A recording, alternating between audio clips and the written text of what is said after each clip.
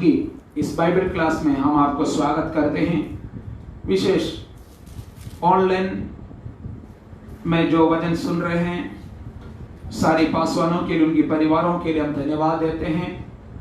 और इस माध्यम के द्वारा अथवा होली स्पिरिचुअल किंगडम पेज और ईशो दरबार फेसबुक पेज इत्यादि माध्यमों से मुझे सुनने वाला सभी परमेश्वर की दासों को, विश्वासी गणों को, भाई बहनों को, बच्चों को हृदय की गहराई से हम धन्यवाद देते हैं। आपको और एक बार हम स्वागत करते हैं। पिछले दिनों पर हमने अनंत काल का जीवन के बारे में जो बात कर रहा था, यूहन्ना 5:24 में हमने ऐसी सुना गया है, मैं सच सच कहता हूं, जो मुझे भेजा हुए के ऊपर विश्वास करेगा उसके लिए अनंत काल का जीवन है।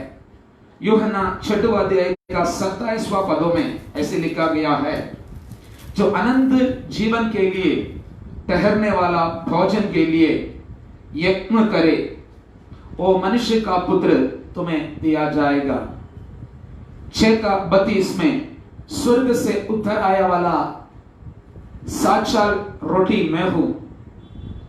और यीशु ने कहा गया है, स्वर्ग से उतर आया वाला जीवन का रोटी मैं हूं। 6:35 6:40 में ऐसे लिखा गया है, पुत्र को देखाकर उस पर विश्वास करने वाला हर एक व्यक्तियों को अनंत काल का जीवन होना है। यही है हमारे पिता परमेश्वर की इच्छा है। आखिरी दिनों में मैं उसको मुर्दों से ही जिलाएंगे।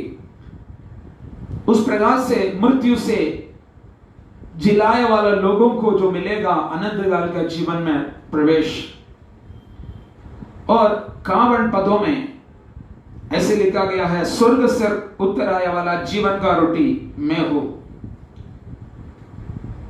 इस रोटी पर विश्वास करने वाला, इस रोटियों को भोजन के रूप में खाने वालों को अनंत काल का जीवन मिलेगा, वो हमेशा के लिए जीवित रहेगा।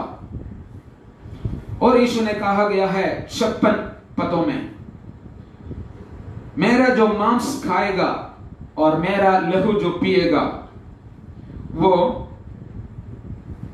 अनंत काल का जीवन उसी को मिलेगा। इस वचन थोड़ा हमें आज रात को भी ग्रहण करने की आवश्यकता है। कृपया परमेश्वर की दासी उस वचनों को पढ़े। 6 अध्याय की विशेषता यही है, ऐसे है कि टॉपिक हम दे सकता है जीवन का रोटी। इस 6 अध्याय को हम ऐसे है कि शब्द दिया जाएगा तो भी वो बहुत ही अच्छा लगेगा। अभी वचन 54 पढ़े। जो मेरा मांस खाता और मेरा लहू पीता है, अनंत जीवन उसी का है। बस, क्या वास्तव में प्रियो हम ग्रहण करें या समझ ले, यीशु का मांस क्या खा सकता है, यीशु का लहू क्या पी सकता है? क्योंकि मुझे सुनने वाले लोग गलत भावना में उत्पन्न नहीं हो रहा है, क्योंकि ये एक माध्यम मीडिया के द्वारा सुन रहे हैं, बाहर के लोग भी सुनते हैं। इसलिए इसी वचन के अर्थों को अगर मैंने बताया नहीं है तो कुछ ना कुछ लोगों का हृदय के अंदर गलत भावना, जो बाइबल नहीं जानते हैं, उन लोगों के अंदर हो सकता है। यहाँ पे यीशु मसीह ने उद्देश्य उनके शारीरिक का मांस को खाने का मतलब नहीं है। एक रीति से पापों के प्रति वो क्रूस पर बलिदान होगा और पापों के प्रति वो लहू बहाएगा।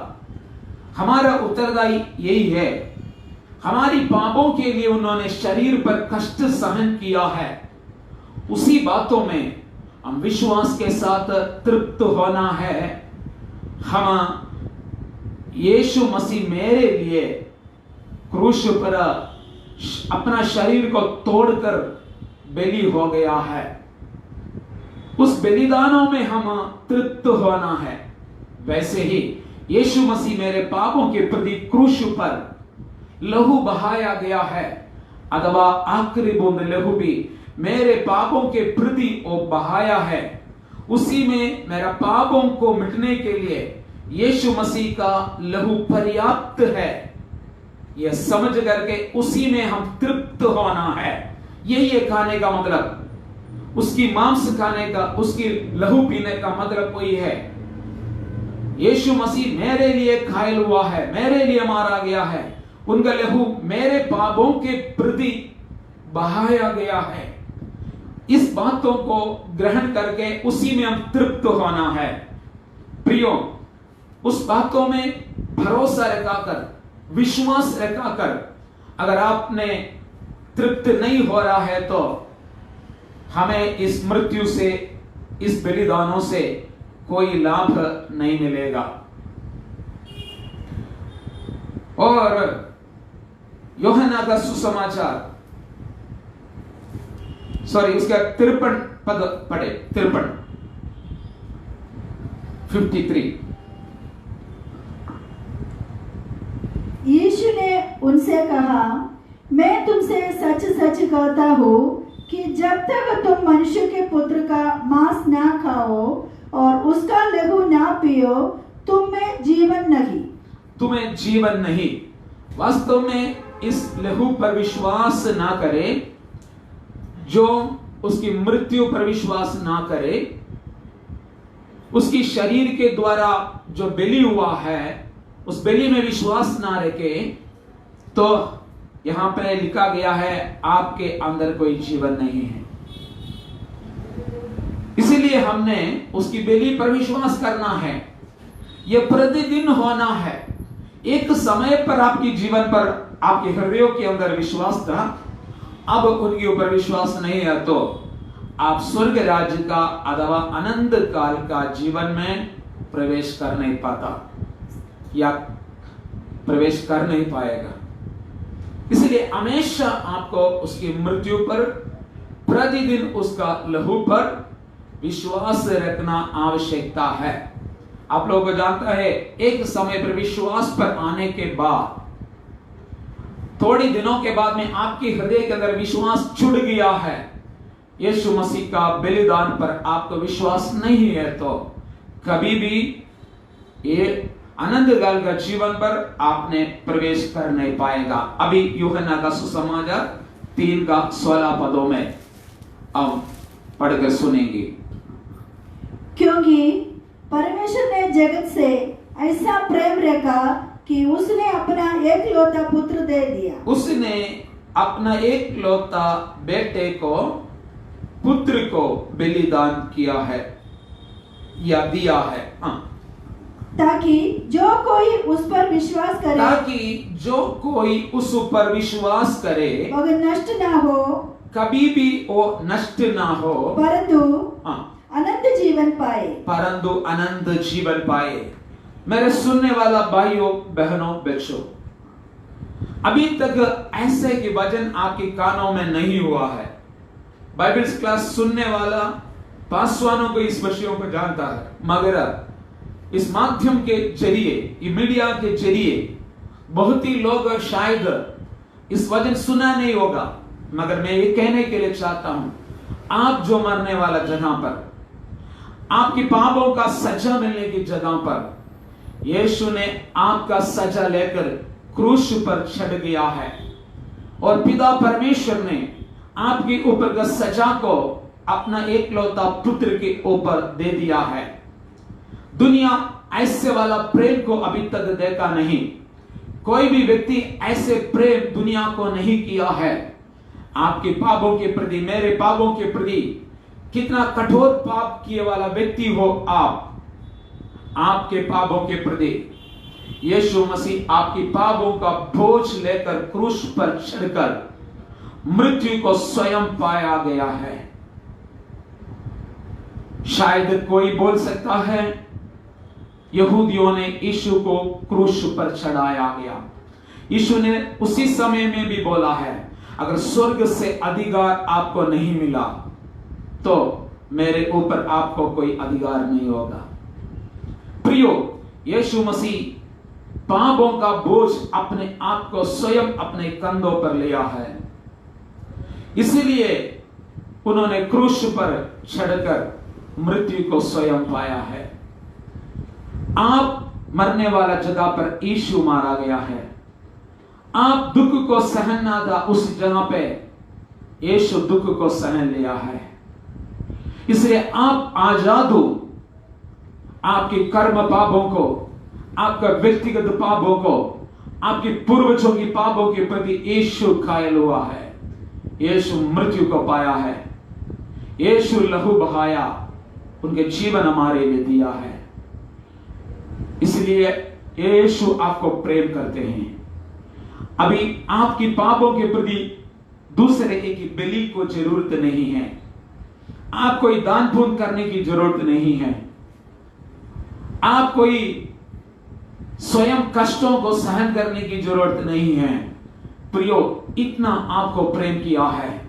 शायद आपने आत्महत्या के लिए सोचने वाला व्यक्ति हो सकता है, बहुत ही अशांति पर रहने वाला व्यक्ति हो सकता है, बहुत ही निराशा पर रहने वाला व्यक्ति हो सकता है।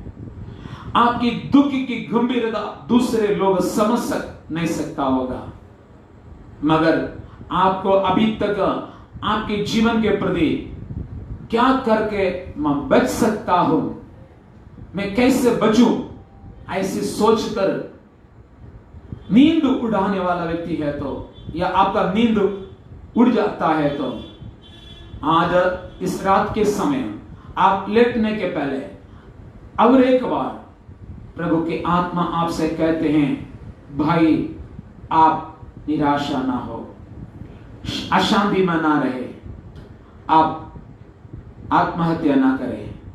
आत्महत्या कोई परिस्थिति को बदलता नहीं है।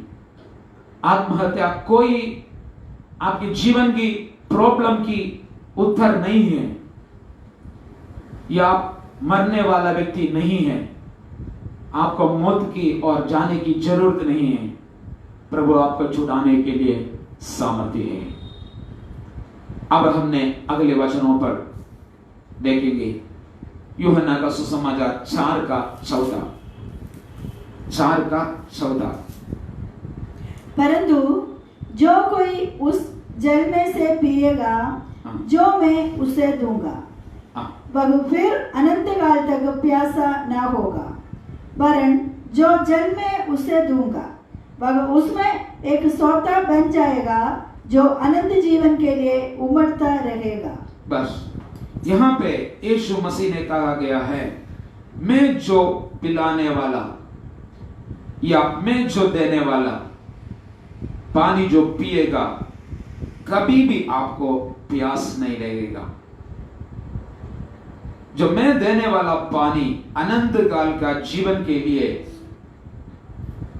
निकल कर आने वाला अथवा सोते से निकलने वाला पानी के समान है। यहां पे इस शब्दों को हम ग्रहण करेगा तो यीशु ने सामरिया स्त्री से ये कहा गया है। यूहन्ना का सुसमाचार 4वां अध्याय का पहले जो भाग है वो सामरिया स्त्री से आपस में जो बात करते हैं या सामरिया स्त्री से मुलाकात है। यीशु ने एक दिन समरिया के अंदर से निकलना पड़ा। वो गलीले से यात्रा करते हुए समरिया के अंदर से यरूशलेम की ओर जा रहा था। साधारण यहूदी लोग समरिया के अंदर से नहीं जाते थे। उसके कारण यही थे, असुर देशों से पकड़कर ले आकर समरिया में रहने के लिए रखा वाला कुछ लोग वहां पे थे।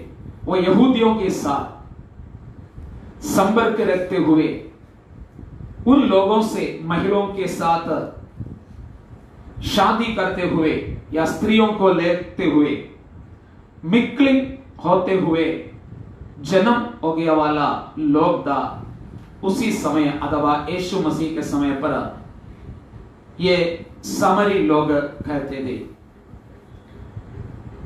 इसलिए यहूदियों के साथ मिक्लिंग होते हुए निनवे का प्रधान नगरी था, या असुर का प्रधान नगरी था निनवे। वो असुर से हम देखा जाएगा तो वो राजा का किताबों में पढ़ने के समय पर हम इस बातों को ग्रहण कर सकता है, मगर ज्यादा पृष्ठभूमि में जाना, विषय से बाहर जाने के कारण मैं वहां पर जाने के लिए नहीं चाहता है। इसलिए यहूदियों को कभी भी सामरिया लोगों के साथ कोई संपर्क नहीं था। वो उन लोगों को बुरी एक नजरों से यहूदी लोग देखते थे, इसलिए अच्छा यहूदी लोग सामरी लोगों के पास नहीं जाते हैं, या उसी मार्ग मध्य से भी जाने के लिए नहीं चाहते थे। कभी भी उन लोगों के साथ बातचीत भी नहीं करते थे, मगर यीशु को वहां से जाना पड़ा, ऐसे लिखा है। क्योंकि मैं ऐसी सरल रूप से बताने के लिए बहुत कुछ उसकी पृष्ठभूमि में जाने के कारण था, मगर एक रीति से मैं बताऊंगा, यीशु मसीह केवल एक प्रत्येक जाति के लिए नहीं, सारी दुनिया के लिए दुनिया पर आया है। सभी लोगों की पापों को क्षमा देना है, सभी लोगों के लिए क्रूस पर मरना है, सभी लोगों का शाप को हटाने के लिए यहां पर और कोई मार्ग नहीं था। यीशु मसीह को ही उन लोगों को पापों को क्षमा दे सकता है, इसीलिए वहां से जाना पड़ा। उनका श्रापों को तोड़ना है, बंधनों को तोड़ना है, उनको भी समूह मध्य उनकी निंदा को दूर कर लेकर आना प्रभु चाहता था। यहां पे मैं एक संदेश आपको देने के लिए चाहता हूं। शायद समाज के ओर से आप टुकराया वाला व्यक्ति हो सकता है, मसीह होने के कारण दबाव या पीड़ा सहने वाला व्यक्ति हो सकता है, शायद आपके घरों से आपको बाहर किया वाला व्यक्ति हो सकता है, या पीढ़ी पीढ़ी परंपरागत से आप श्राप की अधीनता में रहने वाला व्यक्ति हो सकता है। यहां पे आपको एक बातों को ग्रहण करना है, आपको छुड़ाने के लिए, आपको साथ देने के लिए दुनिया पर और कोई नहीं, आपकी पापों से आपको बाहर लाने के लिए और कोई नहीं। इसलिए यीशु मसीह को आपको पास आना पड़ा, आपकी पापों के प्रति इस दुनिया पर आना पड़ा है। उसी रीति से शमरिया का मध्य में से यीशु मसीह को जाना पड़ा है, एक रीति से। अब यहां पे देखा जाएगा कि समरी स्त्री इस कुंड के पास यीशु ने बैठा गया है, उस कुंड में पानी लेने के लिए, या कुआं से पानी लेने के लिए वहां पर आया है। अधिकतर महिलाएं सवेरे और शाम को पानी लेने के लिए आते हैं, मगर वहां पर उन्होंने दिन का मध्य समय पर पानी लेने के लिए आया है। शायद इस महिला की हृदय की विचारधारा, मुझे कोई ना देखे, क्योंकि मेरे जीवन में बहुत कुछ गड़बड़ियां शायद हो सकता है, लोग उनसे बात नहीं करता होगा एक रीति से, मगर वो सभी लोगों से बहुत ही आदर पूर्वक या भक्ति के साथ व्यवहार करते थे। वो नीचे के भागों को पढ़ने के समय में पता चलता है। यहां पे यीशु मसीह उनसे बातें किया है, संक्षिप्त में मैं बताने के लिए चाहता हूं। इस महिला के हृदय के अंदर कई प्रकार का विचारधारा था। यीशु ने तोड़ा, उनकी समस्या पानी था जो महिला का, इसलिए यीशु मसीह पानी के आवश्यकता से बातें शुरू किया है। यहां पे दुनिया लोगों की समस्या पानी हो सकता है, शत्रु हो सकता है, या अशांति हो सकता है, आर्थिक समस्या हो सकता है, बच्चों की समस्या हो सकता है, पति की समस्या हो सकता है, परिस्थिति हो सकता है, कुछ भी हो सकता है। मेरे सुनने वाला परमेश्वर के दासों, आपको सुसमाचार प्रचार करना है तो उनकी समस्या क्या है, उनकी समस्या से हम सुसमाचार को शुरू करना है। यीशु मसीह ने ऐसी शुरुआत किया है सुसमाचार को। यीशु मसीह ने बोला है, मुझे क्या थोड़ा पानी पीने के लिए दे सकते हो? उस महिला ने तुरंत क्या पूछा है? वहां पे लिखा गया है, तू एक यहूदी होते हुए मुझसे क्यों मांगते हो? वो पढ़े 4 का 5 से लेकर पढ़े। इसलिए वह सुखार नाम का समरिया के एक नगर तक आया, जो उस भूमि के पास है जिसे याकूब ने अपने पुत्र यूसुफ को दिया था, और याकूब का कुआं भी वही था। अतः यीशु मार्ग का तक हुआ, उस कुएं पर यों ही बैठा गया। बस, अब 9 पढ़े। उस समरी स्त्री ने उससे कहा, तू यहूदी होकर मुझे सामरी स्त्री से पानी क्यों मांगता है? क्योंकि यहूदी सामरियों के साथ किसी प्रकार का व्यवहार नहीं रखते। यहाँ पे देखो, किसी प्रकार का व्यवहार नहीं रखते थे यहूदी लोग। यहाँ पे स्त्री ने, तुम एक यहूदी होते हुए ये समरिया की स्त्री से पानी क्यों मांगते हैं? अब आगे देखा जाएगा तो यीशु ने क्या उसको उत्तर दिया है। 10वां पद। यीशु ने उत्तर दिया, यदि तू परमेश्वर के वरदान को जानती और यह भी जानती कि वह कौन है जो तुझसे कहता है, मुझे पानी पिला, तो तू उससे मांगती और वह तुझे जीवन का जल देता। बस, हमारा विषय जीवन का जल के बारे में या अनंत काल का जीवन के बारे में। यहाँ पे यीशु मसीह ने उसको फिर से उत्तर दिया है, तुम परमेश्वर का दान और तुमसे जो मांगने वाला कौन है तुम जानता है तो समझ लो, जो तुम्हारे सामने जो खड़े हैं वो परमेश्वर का दान है तुम्हारे लिए। वैसे ही तुम भी परमेश्वर का सृष्टि है। अगर मैं कौन है अगर तुम समझा होता, तुम मुझसे मांगते थे। मैंने तुमसे जीवन का जल जो देते दे, ये जल पिया जाएगा तो कभी भी तुम प्यासे नहीं रहेगा। प्रियो, ऐसा एक जल उनको मिलेगा तो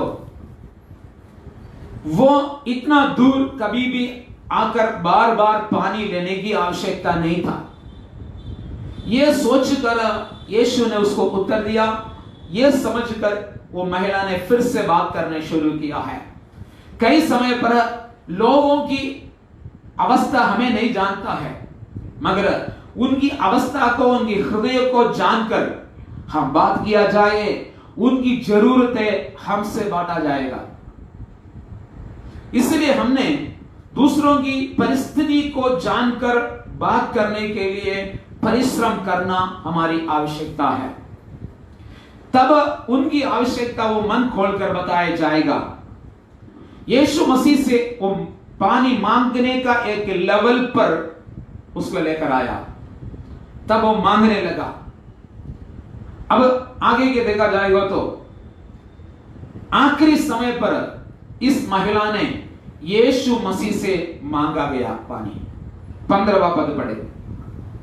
स्त्री ने उससे कहा, हे प्रभु, वह जल मुझे दे ताकि मैं प्यासी ना होऊं और ना जल भरने को इतनी दूर जाऊं। देखो, अब यीशु मसीह पानी की बारे में बातचीत शुरू किया है। अब वो खुद यीशु मसीह से मांगने के अवस्था में आया है। इस दुनिया के लोग सारे प्यास में हैं, अपनी बोझ में दबे हुए हैं, अपनी अपनी समस्या की अधीन में रह रहा है। प्रियो, एक बातों को आपको ग्रहण करना है, उनकी समस्या से छुड़ाने के लिए प्रभु आपको खड़ा किया है। यीशु मसीह सारी दुनिया की बोझ से लोगों को छुड़ाने के लिए, उनकी पापों से छुड़ाने के लिए, उनकी निर्बल अवस्था से उसको बाहर लाने के लिए, उनकी समस्या से बाहर लाने के लिए यीशु दुनिया पर आया है। उस सच्चाई को यीशु ने खुद प्रकट किया है। वैसे ही आपको भी इस बातों को प्रकट कर देने की आवश्यकता है। अब किसको अनंत काल का जीवन मिलेगा? यहां पे उस स्त्री ने मांगा गया है, उसको मिला गया है। यहां पे मैं हमेशा इस स्त्री के बारे में ऐसे कहते हैं, यीशु मसीह ने ज्यादा से कितना समय उस महिला से बात किया है? अधिकतर बताएगा तो 10 मिनट या 15 मिनट 20 मिनट लगा होगा, इससे ज्यादा कभी बातें नहीं किया होगा। मगर पहले उसकी एटीट्यूड क्या था? इस महिला के जीवन पर आशीष पाने के लिए कुछ रुकावट था। पहले उनका पहले की एक विचारधारा, पहले की एक भावना, बुरी भावना समझ लो या गलत भावना, वो भावना से यीशु मसीह से उन्होंने एक सवाल पूछा गया है। उस महिला ने, वो सवाल क्या था? तुम पानी लेने के लिए तेरा हाथ में कहां बर्तन है या मटका कहां है? तू कैसे इस कुआं से पानी ले सकता है? यहां पे देखो 11वां पद पढ़े। स्त्री ने उससे कहा, हाँ। हे प्रभु, तेरे पास जल भरने को तो कुछ है भी नहीं और कुआं गहरा है। देखो, उसकी परिस्थिति को देखकर, समस्या को देखकर उस महिला ने बात कर रहा है। पहले की विचारधारा, जो बर्तन नहीं है तो, मटका नहीं है तो, पानी लेने के लिए संविधान नहीं है तो ये कैसे पानी ले सकता है? प्रियो, हम आए हैं प्रभु की उपस्थिति में। सेवा करने वाले लोग विशेष इस बातों को ग्रहण करना है। हम परिस्थिति को देखकर पीछे हटना नहीं। अब कैसे सेवा कर सकता है, कैसे हम सुसमाचार को बोल सकता है, अथवा ये ऐसी परिस्थिति है, शायद लॉकडाउन है, किसी के पास नौकरी नहीं है, अब कैसे आगे बढ़ो, इस समस्या का बाहर कैसे जाओ? परिस्थिति को देखकर आपने बैठना नहीं या उसी सोच विचारों में फंसे ना जाए, क्योंकि आपके सामने जो खड़े हैं वो सर्वसामर्थ्यकारी, सर्वशक्तिमान, सर्वज्ञानी, सारी ब्रह्मांड को रचने वाला आपके सृष्टिकर्ता आपके सामने खड़े हैं। इसलिए आप परिस्थिति को देखकर कार्यों को विचारों में, हृदयों के अंदर रखना नहीं, अपने बुद्धि की सहारा ना ले। यहां पर पहले की एक भावना, विचारधारा उनके जीवन पर ठहरा है। दूसरे देखा है तो इस महिला की जीवन के अंदर अविश्वास था, अविश्वास, क्योंकि यीशु मसीह के सामने वो ऐसे जो बोला है, तू हमारी याकूब से बड़े वाला है क्या? ये कुआं हमारी पूर्व पिता याकूब ने हमारे लिए दिया है, हमारी सारी पिता लोग इसमें से पानी पीते आ रहा है, इसलिए आपका कोई अवकाश इसमें नहीं है। या यीशु मसीह को जो अपने सामने जो खड़े हैं उसके ऊपर एक अविश्वास रहता है। यीशु मसीह हमारी पूर्वजों से बड़ा नहीं है, ऐसे की विचारधारा। कई समय पर आपका अविश्वास आपके जीवन को आशीष पाने के लिए रुकावट बन सकता है प्रियो। इसलिए आज अविश्वास को हृदय के अंदर से दूर करने की आवश्यकता है। और यहां पे देखा जाएगा तो अगली परंपरागत बातें, उनकी आराधना के विषयों पर जो बोला है, हमारे पूर्वजों ने यहां पर आराधना करते आ रहा है। उस वचन 20वां पद पढ़े। हमारे बाप दादों ने इसी पहाड़ पर आराधना की और तुम कहते हो कि वह जगह जगह आराधना करनी चाहिए यरूशलेम में है। हाँ, यहाँ पे देखो, परंपरागत रीति से जैसे करते आ रहा है। आप उस वचनों के ऊपर के नीचे के भागों को पढ़ने के समय पर इस बातों को आपको समझ सकता है। परंपरागत रीति के बातों में वो फंसे पड़े हैं। एक रीति से आपकी जीवन की छुटकारा के लिए इस 3 बात शायद रुकावट के रूप में सामने खड़ा हो सकता है। एक, पहले की कुछ भावना विचारधारा, दूसरा अविश्वास, तीसरा परंपरागत आचार अनुष्ठान में फंसे पड़े अनुभव। ये 3 बात यीशु मसीह का अनुग्रह आपके जीवन पर आने के लिए रुकावट के रूप में आपके जीवन में आ सकता है। यीशु मसीह इसी सारी रुकावट को तोड़कर, हृदयों को खोलकर उसको प्रकट करके दिया है। तब स्त्री ने मांगा गया, यीशु मसीह उसको जीवन का जल दिया है, पूर्ण रूप से अपने आप को खोलकर दे दिया है। उस महिला ने उस बातों को स्वीकार किया है। प्रियो, आज इस शब्दों को सुनकर अपना मनों को, सारी पहली भावनाओं को, गलत भावनाओं को हृदय के अंदर से दूर करते हुए अगर आप यीशु मसीह पर भरोसा रखेगा, विश्वास करेगा, दूसरा आपके हृदय के अंधविश्वासों को, अविश्वासों को हृदय के अंदर से दूर करें, तीसरा सारी परंपरागत आचार अनुष्ठान से आप अलग होकर यीशु मसीह की बातों पर विश्वास रखेगा तो आपको अनंत काल का जीवन का जल से पीने के लिए आपको अधिकार दिलाएगा। अब हमने इस विषयों से आगे बढ़ने के लिए चाहते हैं यूहन्ना का सुसमाचार 10वां अध्याय का 27 और 28। यूहन्ना का सुसमाचार 10वां अध्याय का 27 और 28 पद पढ़िए। मेरी भेड़ें मेरा शब्द सुनती है, मैं उन्हें जानता हूँ और वे मेरे पीछे पीछे चलती है, और मैं उन्हें अनंत जीवन देता हूँ, वे कभी नष्ट ना होगी और कोई उन्हें मेरे हाथ से छीन ना लेगा। बस यहाँ पर यीशु मसीह ये भी वचन, जितने वचन आज हम जो पढ़ रहा हैं, यीशु मसीह खुद अपना मुंह से बताया, प्रकट किया है। वो 2 बातों के बारे में प्रकट कर रहा था, एक स्वर्ग राज्य के बारे में, दूसरा अनंत जीवन के बारे में। यीशु मसीह ने यहाँ पे क्या बोल रहा था?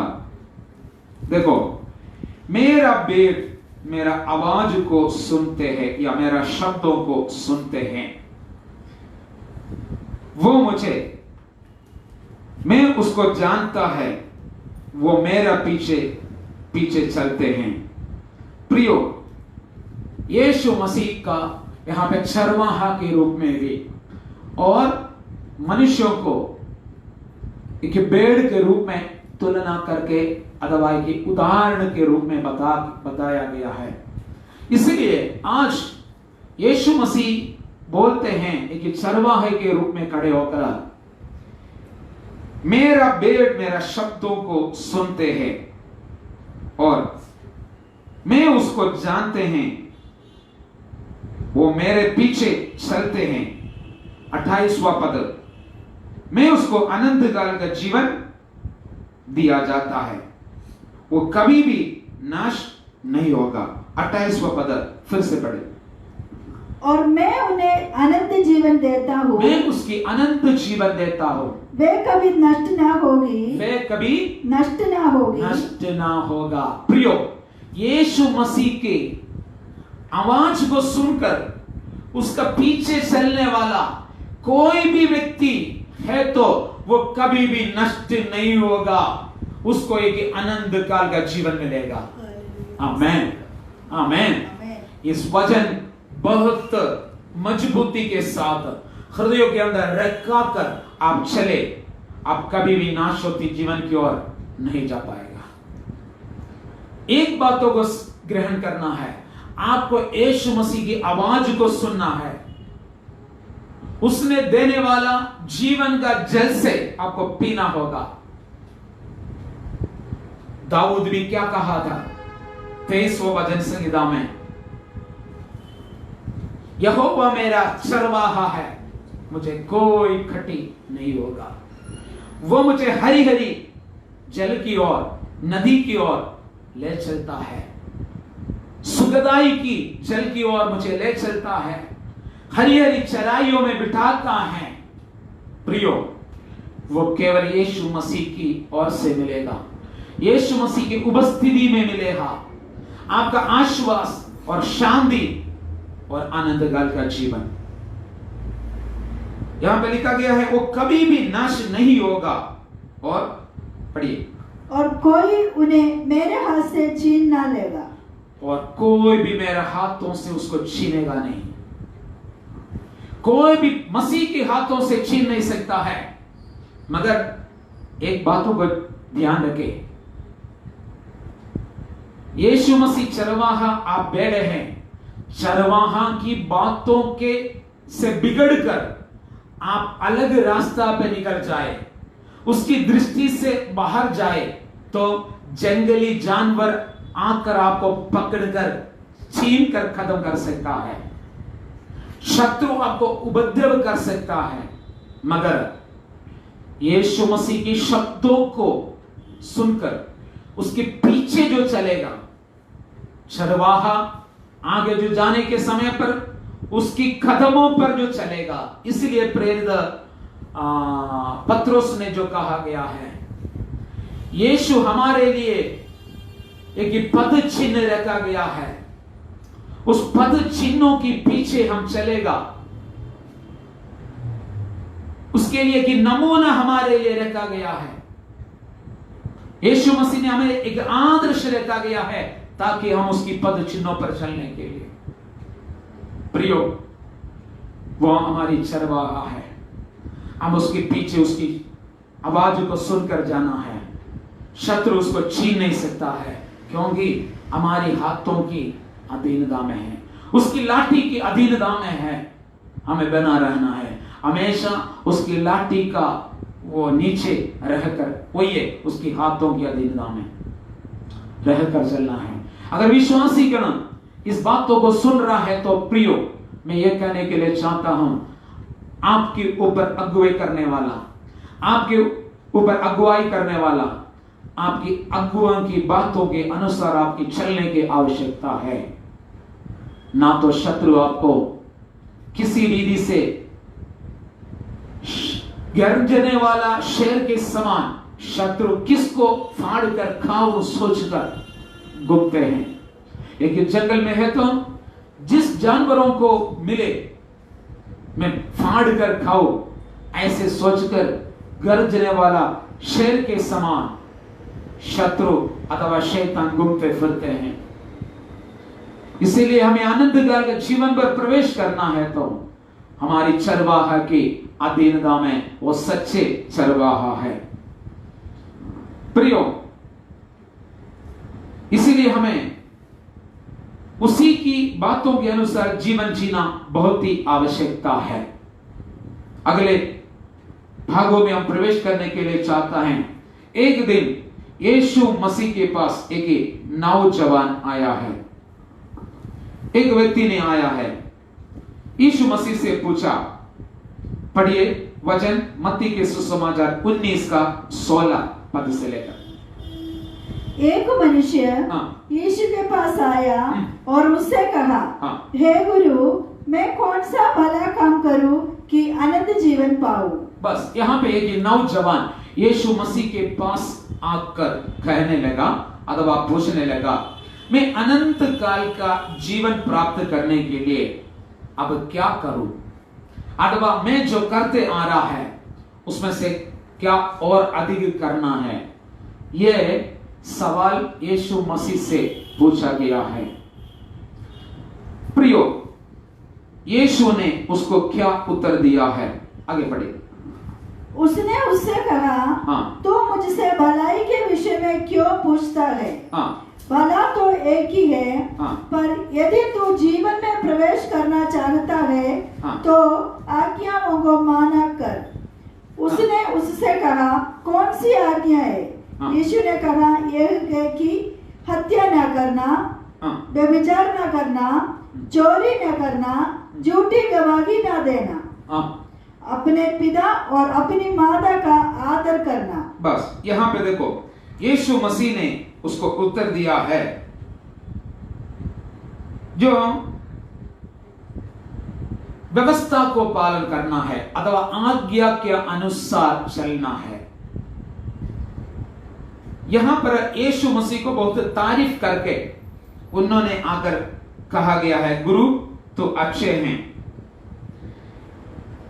और जीवन में प्रवेश करने के लिए मैं क्या करना है। या क्या व्यवस्था को मैं करना है। यीशु ने बोला है तू इतना अच्छा कहना नहीं, केवल परमेश्वर अच्छा है।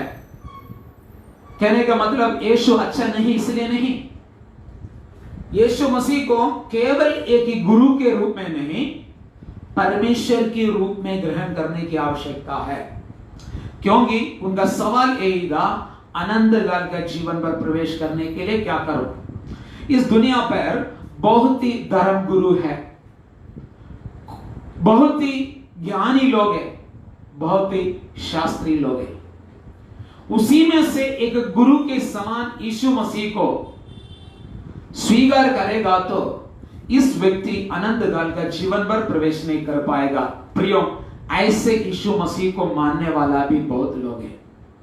एक ही रीति से ये अर्थ ऐसे हम ग्रहण कर सकता है, यीशु मसीह को केवल गुरु के रूप में अच्छा वाला व्यक्ति है। समाज में ओ यीशु मसीह अच्छा है, वो व्यक्ति अच्छा है, वो सन्यासी अच्छा है, वो टीचर अच्छा है, वो गुरु अच्छा है, ऐसे मानने वाला बहुत लोग हैं।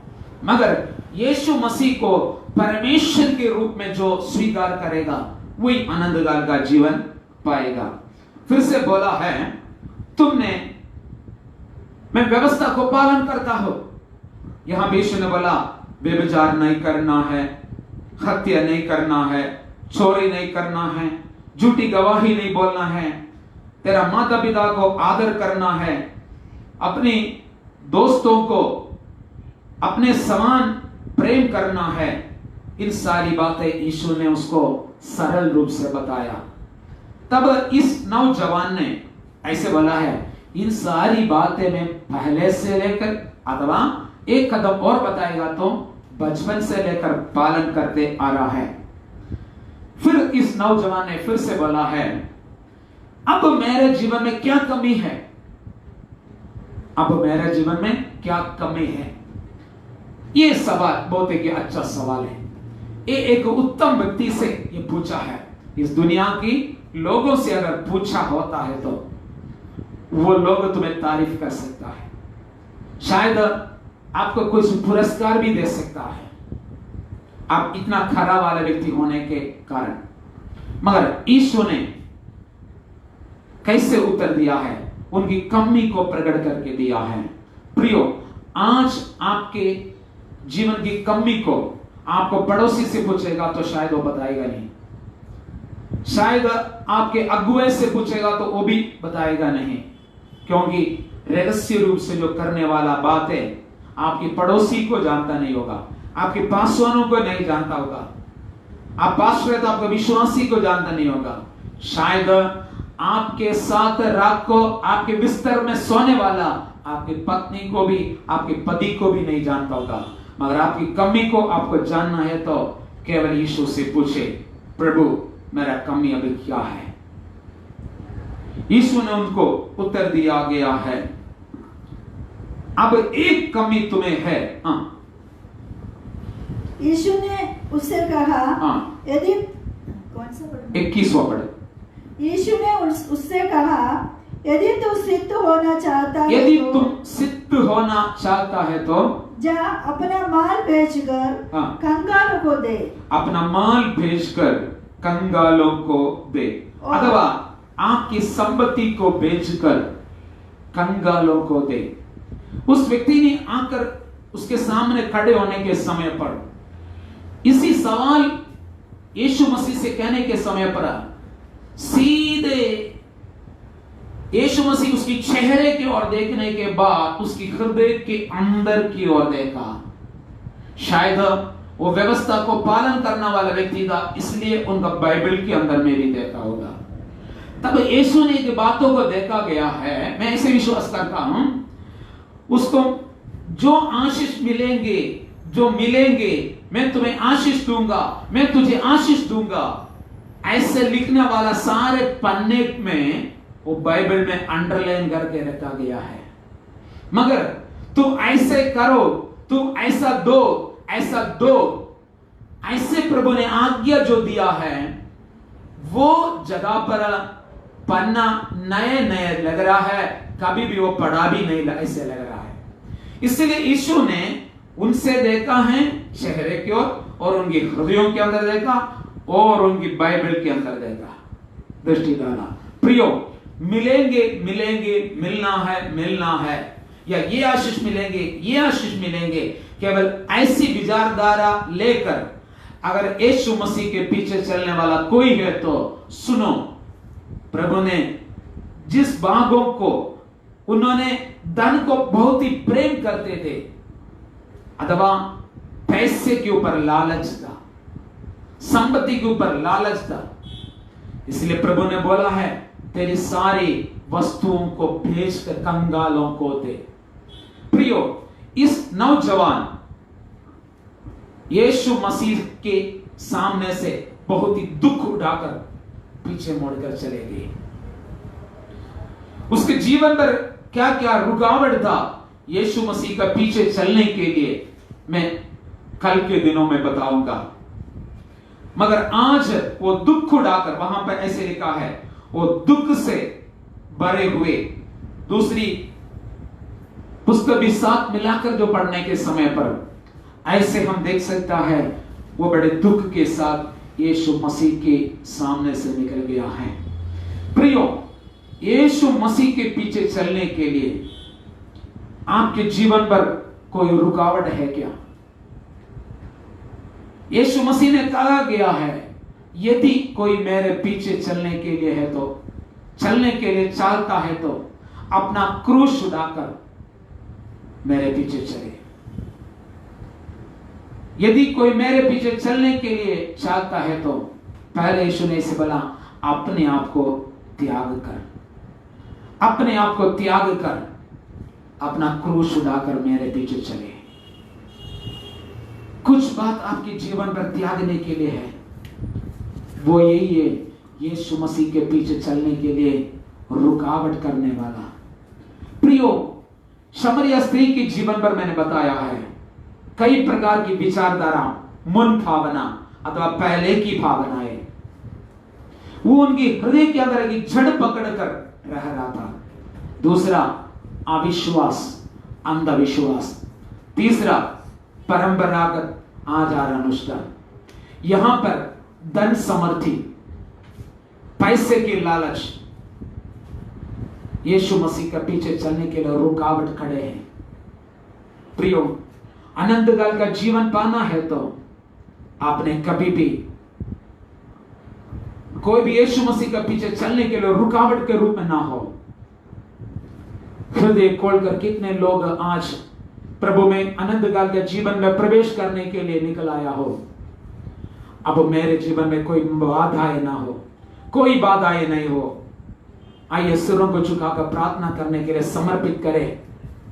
एक समर्पण आपके जीवन से होने चाहिए। प्रभु मैं वास्तव में आशीष पाने के लिए आया हूं।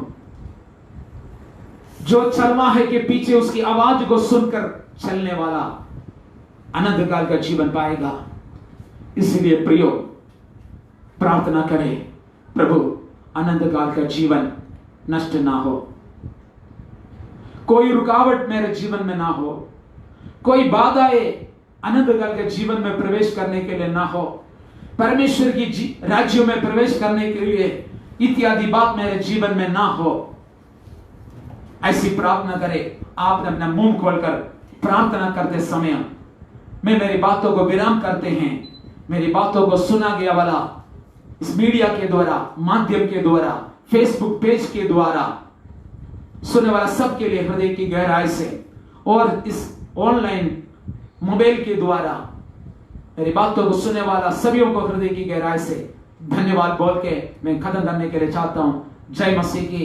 अब प्रार्थना के लिए पास्टरों के हाथों में मैं समर्पित करते हैं। आमीन।